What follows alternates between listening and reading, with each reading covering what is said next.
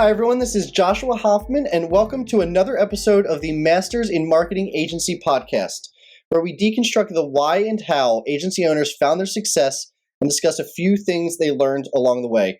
Today, I have AJ Sonnick, the CEO and founder of 118Media, a marketing firm that offers comprehensive digital marketing solutions for their clients.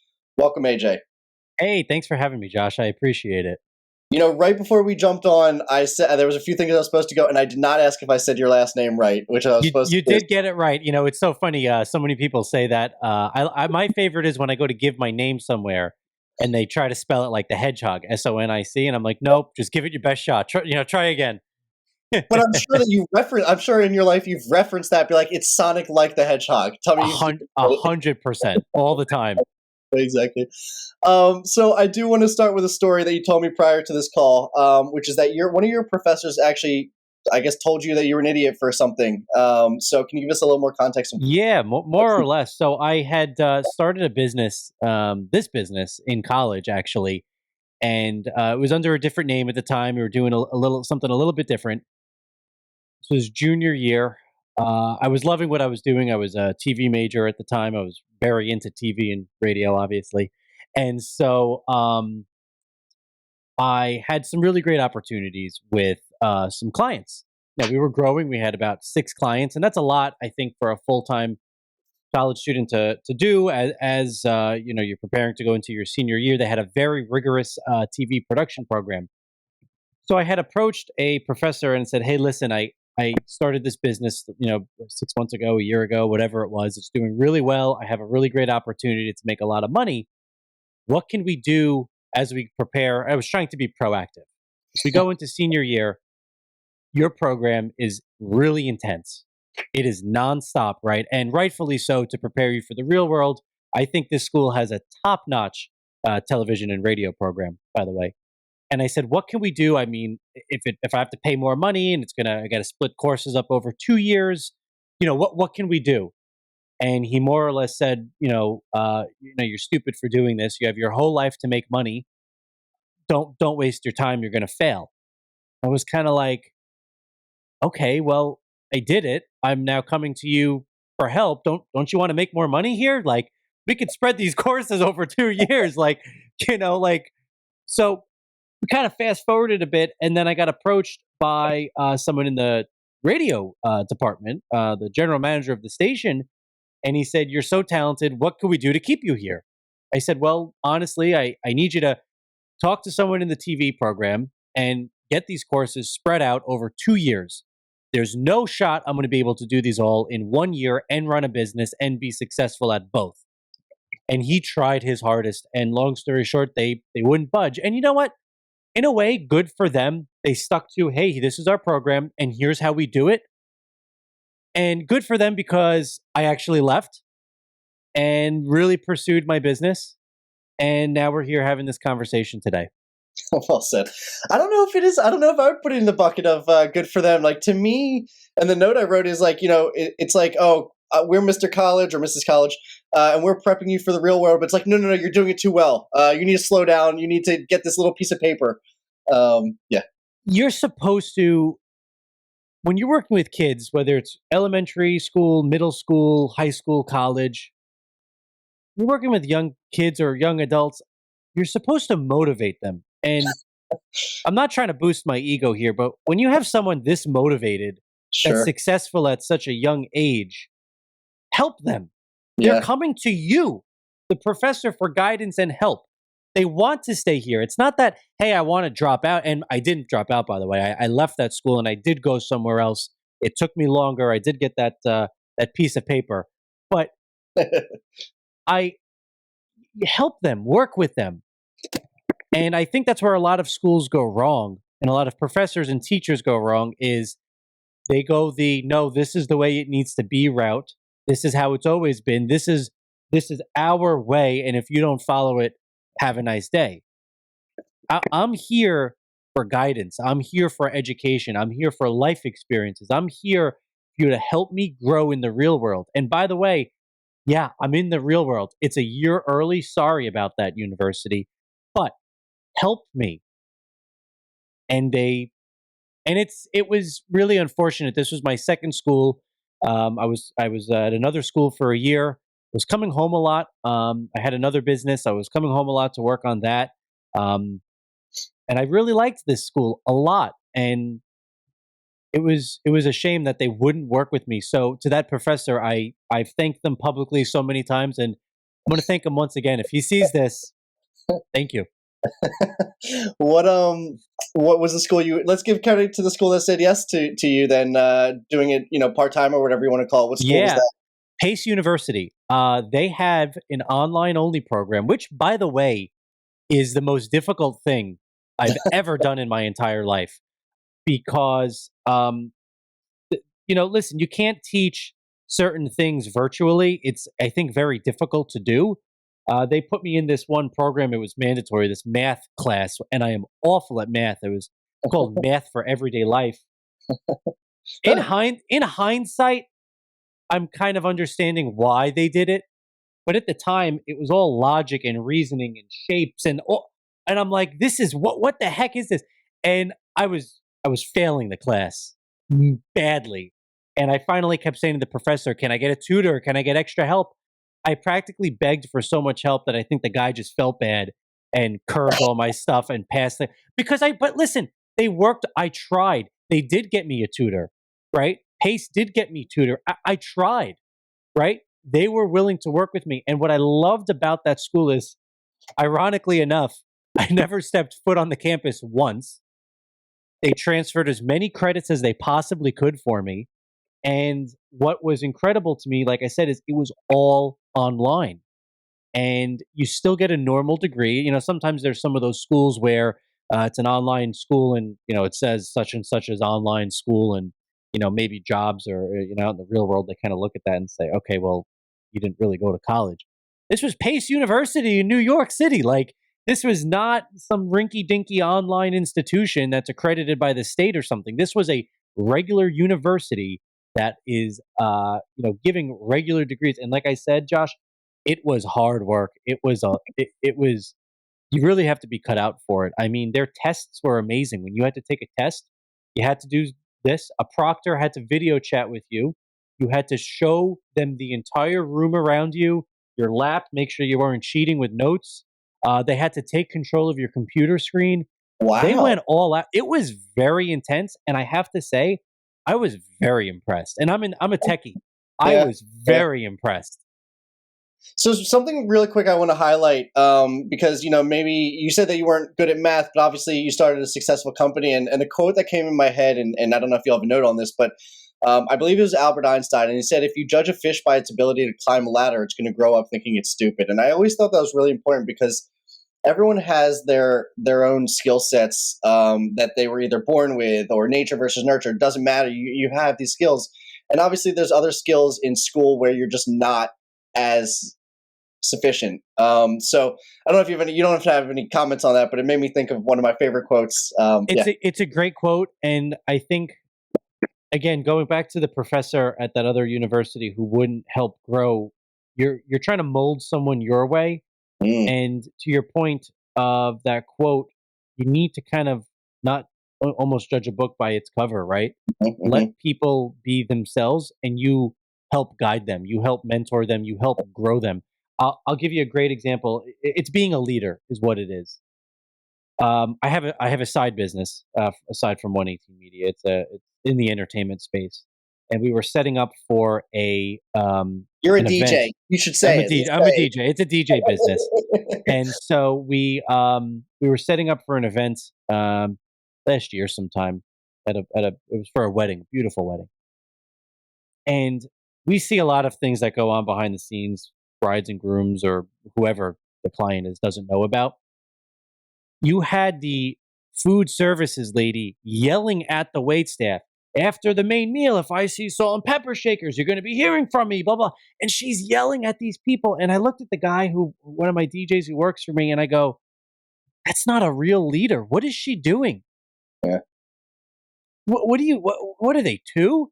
Right. Yeah. And so I laughed to myself because I said, these people don't respect you one single bit, lady. Heck, I didn't even respect her. And she was just a nasty person. But it's like this professor who it's got to be their way. And it's like, wait a minute, you know what? Try being a leader, try growing people, and try instilling um, a growth mindset in them and not fear. Don't do what are we doing here? I would add, especially for jobs that, like, it's no one's passion to be doing what they're doing. It's either they have another job or A whatever it is. hundred percent. Listen, these are young people trying to make extra money on nights and weekends. Exactly. They're wait staff at a wedding venue. This isn't a full time career unless they're looking to own the venue or run it or be in charge of vendor services, food services, something like that. And so to be yelling and screaming at them, you're you know what? If that was me, I'd purposely leave the salt and pepper shakers on the table just to get you all riled up. Me and you both. I mean, come on, it would be a joke. Yeah. I mean, so it's really being a leader, and I've learned that the hard way over the years. Being there for people and trying to help grow them. Make sure you don't get taken advantage of along the way. Would be a really good piece of advice.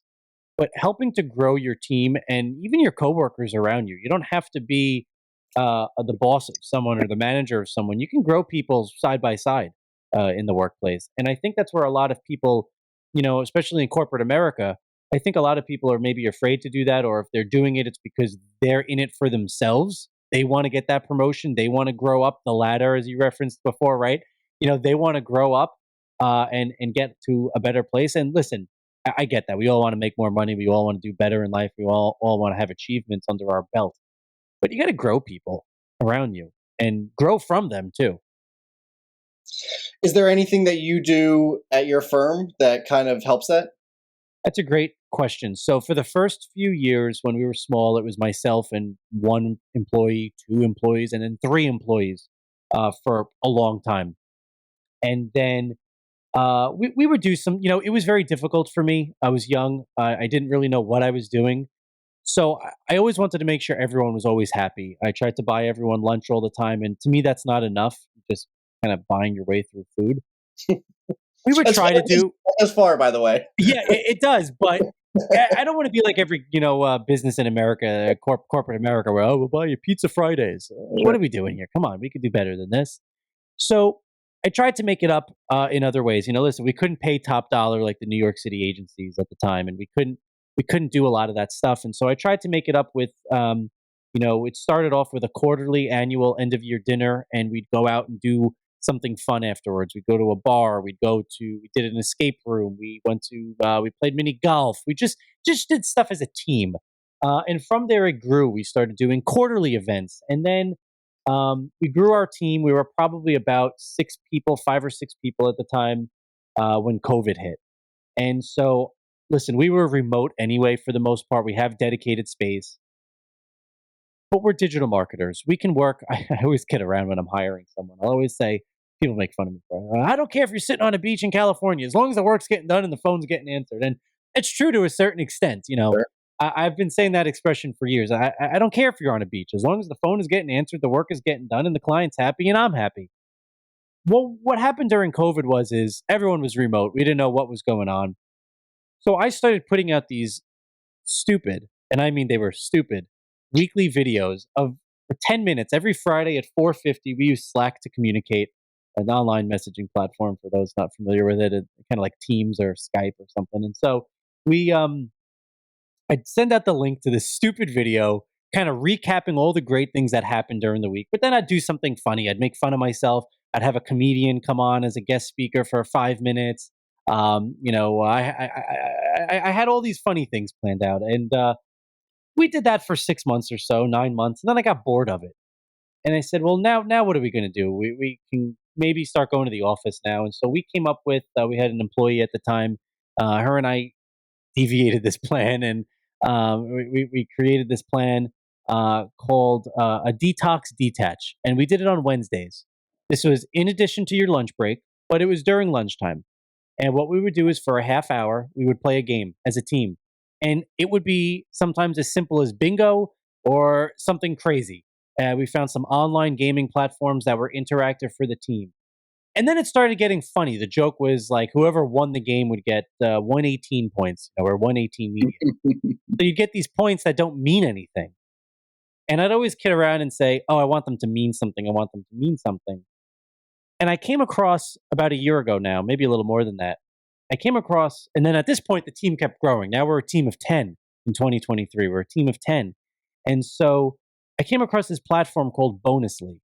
And it's a employee kudos recognition software and not very expensive. A lot of the other software out there that does this is thousands of dollars per month. I'm sorry, I don't have that, right? It is incredible to see all of our employees every single day going on this platform. So every single month you get I don't know, I'm just making this up. You get 100 points. And you have to give those points away. If you don't, you lose them and nothing happens, right? The more points you give away, you're now encouraging people to give you points.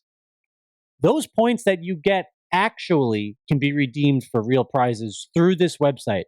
Amazon gift cards, you can get cash gift cards, you can, all different stuff.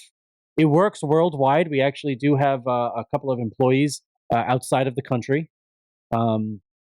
And it works worldwide, which is incredible to me. It's a way to bring everyone together, to see people from other places commenting on, hey, Mike, great job on launching that website the other day. Hey, Kim, thanks for your help, making this post. Or it's just incredible to see as a business owner that something so simple that costs, I don't know the cost offhand, don't quote me on it. Let's say it costs $50 a month or $100 a month. What are we talking? $1,200 a year to make sure that everyone's happy and is engaged with each other worldwide and is recognizing each other and bringing people together in a fun and exciting way. So that's one of the ways. We also provide courses and training and whatever our team needs. Software. We just bought. We made a really big investment in some AI software for our copywriting team, our content team. And I do these. This is something new I introduced last year. I call it a pulse meeting. As my role as CEO changes, it's growing. I'm not as involved in the day-to-day nitty-gritty anymore. Mhm. So I still want to be involved with the team and grow them. I'm HR in that way, right? Mhm. So I implemented a monthly pulse check-in, a 20-minute meeting. Sometimes they're 5 minutes, sometimes they're 45 minutes with each employee. Hey, how you doing? What's going on? How are you doing at work? How are you doing in your personal life? What's new? How's your family doing? What'd you do this weekend? Have any trips coming up planned? Really making sure that we're still connecting on a personal level, but also discussing on a work level how I can grow them. And we made this really big investment. And I had a pulse check-in with our copywriter the other day, and he said it has just revolutionized the way he works. Um, Coincidentally enough, I said to him, "You look better. You don't look stressed. You look calmer. You're not tense on the last few meetings I've noticed." And he said, "It's all thanks to you making the investment and getting us tools and software that can really help us do our job." And that's just one example out of many. Um, Another example would be, and I don't say this too often. I've actually never publicly admitted this outside of my team. I'm not looking for any sort of recognition for this at all. But listen, it's my business, right? So at the end of the day, if I wanted to outsource everything, I could be making a ton of money. I can do that. If I wanted to scale it back down and just be me and a couple of employees, I could do that. I can make more money than I'm making now. I really could. But I want to give jobs to people. I want to give jobs to people. I want to see them grow, and I want them to help our clients and customers grow. But it was probably about 4 or 5 years ago. This is why I'm bad at math. I'm doing some counting in my head. 5 years ago, 4.5 years ago, let's call it. We'll call it in the middle there. We had a really big opportunity to hire some new team members. We needed it. We needed the help. And I took that risk and I did it. But there was one problem with that risk. There wasn't enough money for me. I just got married at the time. How do I not make a salary I've been doing this for how many years now? I went out and took a full-time job somewhere else to make sure that we didn't have to fire anyone on our team. And that to me is being a leader. You see all these CEOs in corporate America that have all these big salaries and very well deserving. They are talented, smart people. But do they need the $100 million, bonus? Did they need that big bonus? Why don't you give that back and reinvest in your team? And, there's all these layoffs. I'm not trying to get political or anything here. I just saw today though, McDonald's is preparing to lay off thousands of people. You've got the tech industry crumbling and falling apart. You have banks crumbling and falling apart. But everyone's making all their money. Everyone's in it for themselves. And there are good businesses out there. There are good leaders out there. And I'm trying to help coach everyone out there and teach them, listen, you're going to make a lot of money. You're going to be successful. You're going to do well. But don't be a jerk about it. Listen, we want to make a lot of money. Don't get me wrong. I want to make a ton of money. Don't get me wrong. But what am I going to screw everyone else around me? You can't do that. Yeah, I don't know if you remember the Patagonia story. I mean, the guy was retiring, so I guess it's a little bit different. But he basically, his way of retiring is he said, okay, I'm going to start to pump all my profits back into like nonprofits and things that I care about in the company and everything like that, as opposed to just keep raking it in. I mean, I think the guy's a billionaire to start with, so I don't know if he, to your point, needs all those extra 100 millions. Right. But I just thought that model was so amazing, and I was hoping that other companies pre-retiring would do something similar, but I don't know if that's the case. I actually want to take a step back now and just want you to tell us a little bit more about the firm. Yeah, so we're a full-service digital marketing agency on Long Island, New York. Started originally web design and IT. In 2016, made a transition, got rid of IT, sold that off. I realized there was a lot more potential in growing businesses through digital marketing. IT is great, and I have a huge passion for it. I still dabble with it every so often. I take on some side work. But the problem was we were doing more break, fix, help desk stuff, and we were capable of doing so much more. And with digital marketing, we're going right for that something more, that so much more piece. Our bread and butter are, so we have something we call our growth program. And these are for larger businesses that either maybe they have a marketing team or a marketing person, or maybe they don't and they need to outsource it all. And that's where we come in. We have a few levels of our growth program where the idea is just that it is growth. Listen, anyone can build a website. Anyone can boost a Facebook post. They can run a Facebook ad. They make it so simple, right? It's not just having a website. It's not just running a Facebook ad. It's all the little pieces that go into it. It's having your checks and balances. When we design a site, we don't just design it because we like it. We don't say, here, which of these 5 options do you like, Mr. Customer or Mrs. Customer? It's, here's 1 or 2 options that are custom built for you. They are custom for your business to grow. You told us in our discovery workshop that you needed more leads. Your goal was to double your revenue or double your phone calls or whatever it is, right? What is that goal? The goal can't be, I don't like my website, I want a new one. Maybe that website can work for you, right? So we have a growth program. And the idea, like I said, is to really grow businesses. Now, we do everything, but our main bread and butter is custom website design, search engine optimization, so where you rank on Google organically. And for the folks listening, that's not when I Google the name of your business. I just met with someone last week that blew my mind when I said, well, your SEO rankings aren't well. And then, oh, well, I come up number 1 when we Google our business. I said, yeah, well, people don't know the name of your business. If I Google something similar to what you do, followed by your location, you don't show up on the first 6 pages. So there's a fundamental problem here, right? We look at the website as a hub. How are people getting there? And when they get there, how are we tracking them, nurturing them, and converting them into paying customers? So that's our growth program. It's a custom website. It's the management of that site. It's the content on that site constantly, right? Blog articles, ebooks, white papers. We're pumping out really great content. And it's lead nurturing and generation. Those are our core services. From there, they kind of branch out. We do social media management. We do social media consulting. We do graphic design. We do annual reports for businesses, 40, 50-page annual reports, financial reports, trifold brochures, you name it, graphic design, we're doing it. Email marketing. These are all components of digital marketing, Mm-hmm. and they all each fall into a level on that growth program. And we're not allergic to small businesses either. We have a great small business program where you get a one-time website. We'll do a call to action build. We'll actually build you a call to action.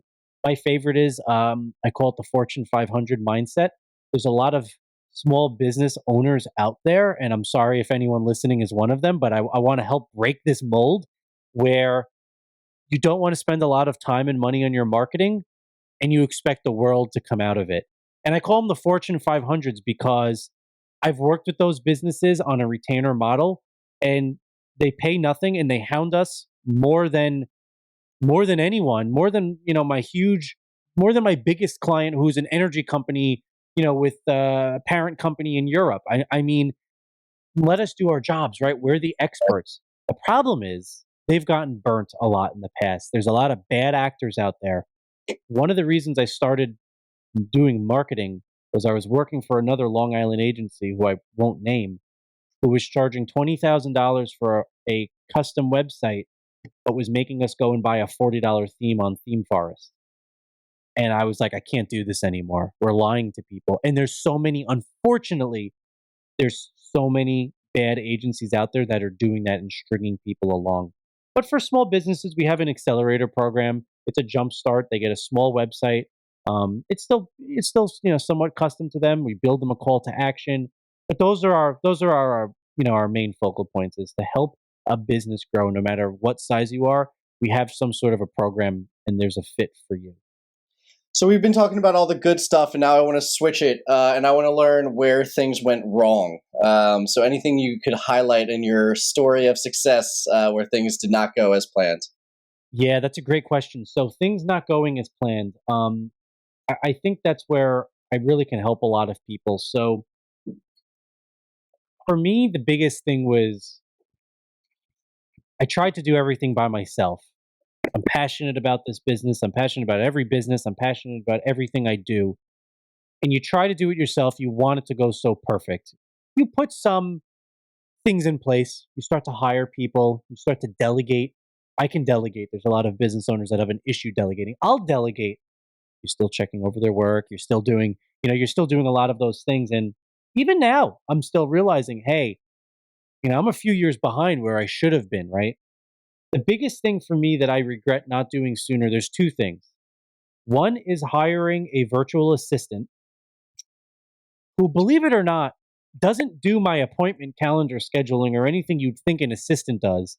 They do so much more. Hey, I'll say, hey, you know what? I just prospected someone. I need you to go do a competitor analysis on them. I need it tomorrow, right? All those little things that I either tried to do or I didn't do 100%, right? I didn't have the time or the capacity to do. This person is doing. I put it off, Josh, for I can't tell you how many years. It's 2023, and people have been telling me to do this from day one. You need a virtual assistant. Hire. I was scared. I don't want to outsource. I don't want to get someone. Even if they're in the states, I don't want to get someone that they're going to know too much about my business and steal. Someone once said to me about something else, but I related to this. There's plenty of fish in the sea. There's thousands of marketing agencies and even more businesses that need help. So you know what? To all the other marketing agencies and marketing agency owners out there, there's plenty to go around for everyone, right?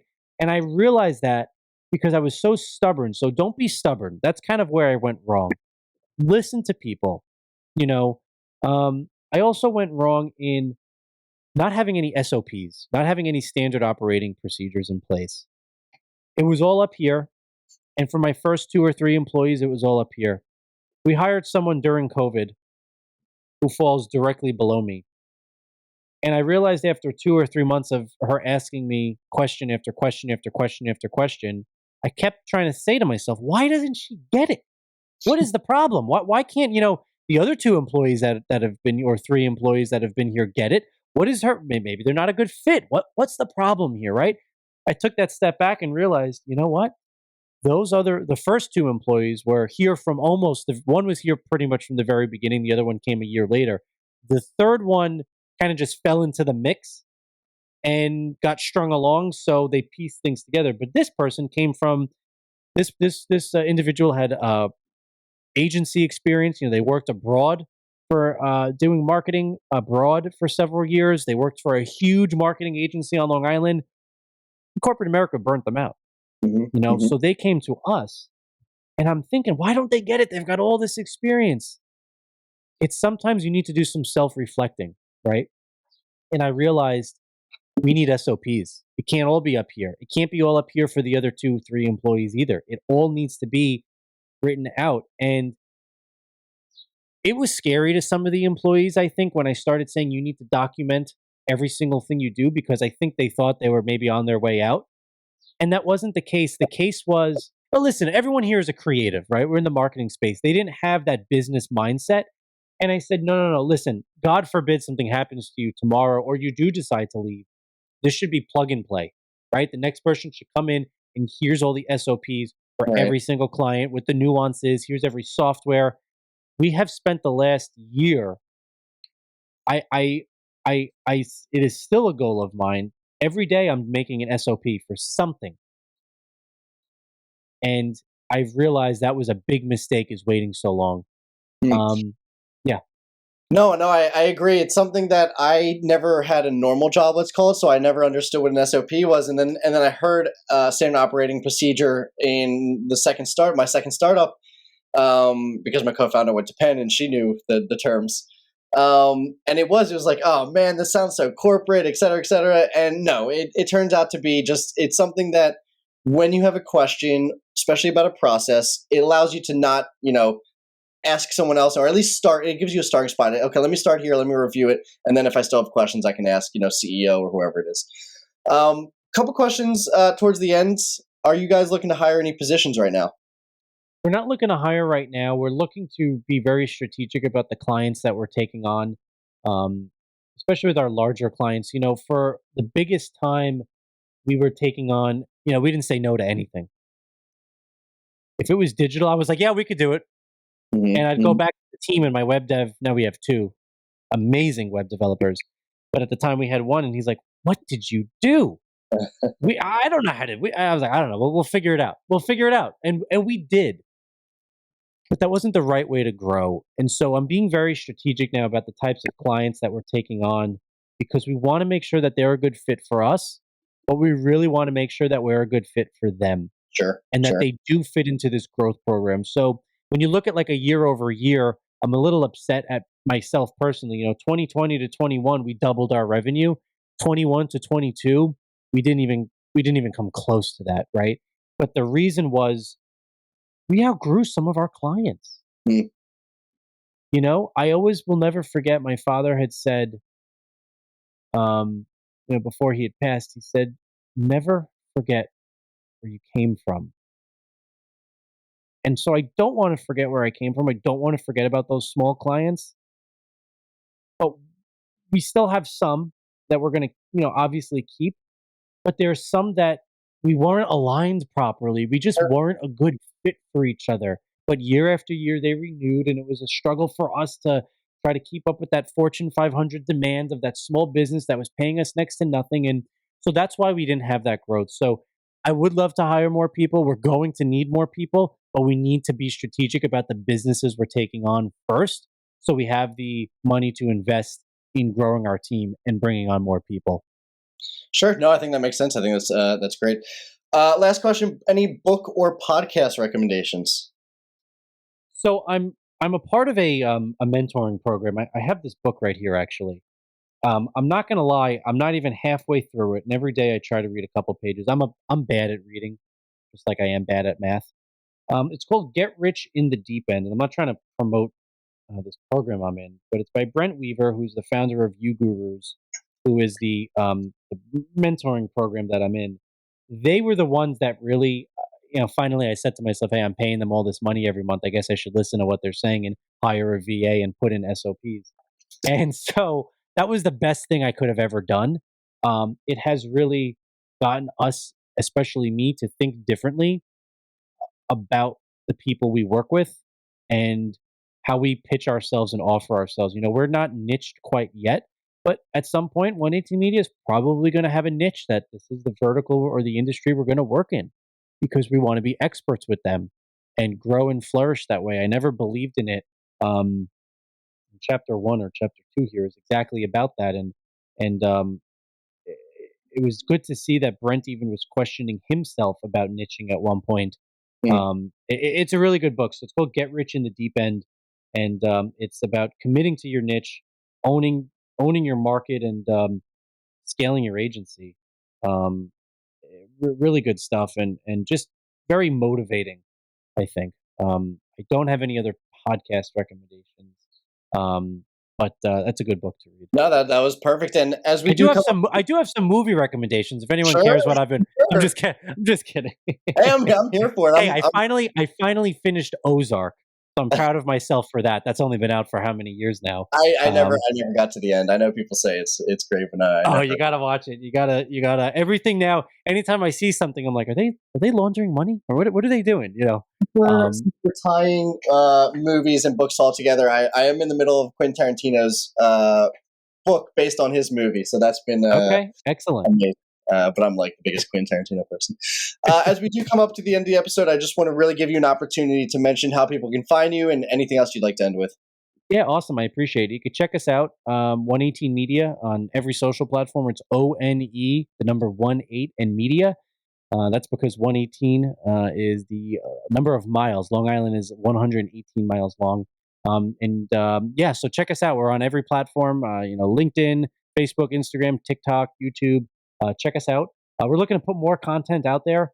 If anyone has content ideas for us, let us know. But I personally, I'm on LinkedIn. You can just look me up, AJ Sonnick, not like the hedgehog, Sonnick. And I just want to help people. I want to help, other entrepreneurs, other business owners grow. They don't have to be in marketing. Um, I really want to show them, hey, look, it can be done. And for those thinking about it, it can be done. You don't need to have a lot of money necessarily it's not like you're investing in real estate and becoming a landlord. There are a lot of businesses out there where you don't need a lot of upfront money. You just need the right people around you to help you grow. You need the right processes. And you know what? We kind of got lucky where most of our employees were good hires. There were a couple that weren't. I know another agency owner in my space in marketing industry who I spoke with a couple of weeks ago. He said, "Yeah, I plan on firing most people within the first 60 days." It's like, holy cow, really? It was like, wow, we got just very, very lucky. But yeah, that's how you can find 118, and that's how you can find me online. There are so many questions I didn't even get to, so maybe we'll have a second episode like hiring. I have a whole boatload of hiring questions and everything. Yeah, So definitely. I did start a TikTok account. I haven't been active on it. I took a break, but I'm coming back this quarter. I took a break in Q1. Real quickly, it's called Success with Sonnick. Check it out. perfect. Where I do everything we spoke about, marketing your business, growing your business. It's coming back this quarter. I did take a hiatus for Q1. The reason was I started it almost as a joke because I was trying to show someone that I was prospecting, look, you're going to get a better ROI on TikTok right now than on Facebook. It's a little oversaturated. So I was like, you know what? I'm actually going to start this account and just try to naturally kind of grow it a little bit. And every day, the whole quarter of Q1, I didn't even touch it. I can't even tell you how many posts are on it. I'm actually going to go take a look right now. And every day I was getting likes and comments and new followers, and it was really incredible to just see, and from a marketing perspective, how the algorithm works. I mean, listen, we don't Sure. have a lot here. We've got 213 followers, but we have over 7,700 likes on all of our stuff, all of my stuff, and I only had it for let's see, I started this sometime last year. It wasn't anything crazy. I started it. It was a year ago, right? So for a whole year, sporadically trying it, playing with the algorithm, seeing what works, what doesn't. I haven't even been using it, and every day the numbers keep going up. So it's a great tool. It's a great platform. But check it out for more Yeah, advice or no, that tips. was that was great. And yeah, again, thank you so much for being on the show. And of course, if for those of you who have learned something new from the episode, please consider giving us a like or a follow. so we can continue getting great guests like AJ. And as always, thank you for listening. AJ, this is great. Thank you so much. Thank you. Thanks for listening to the Masters in Marketing Agency podcast. I hope you got a ton of value out of this episode. And before we go, I just want to thank our sponsors, DevNoodle. DevNoodle provides marketing agencies with the ability to offer their clients unlimited website design, build, and management services with fixed monthly plans. If website design, development, and maintenance is holding your agency back from growing, please reach out to us at devnoodle.com, where we make websites easy for you and easy for your clients. devnoodle.com.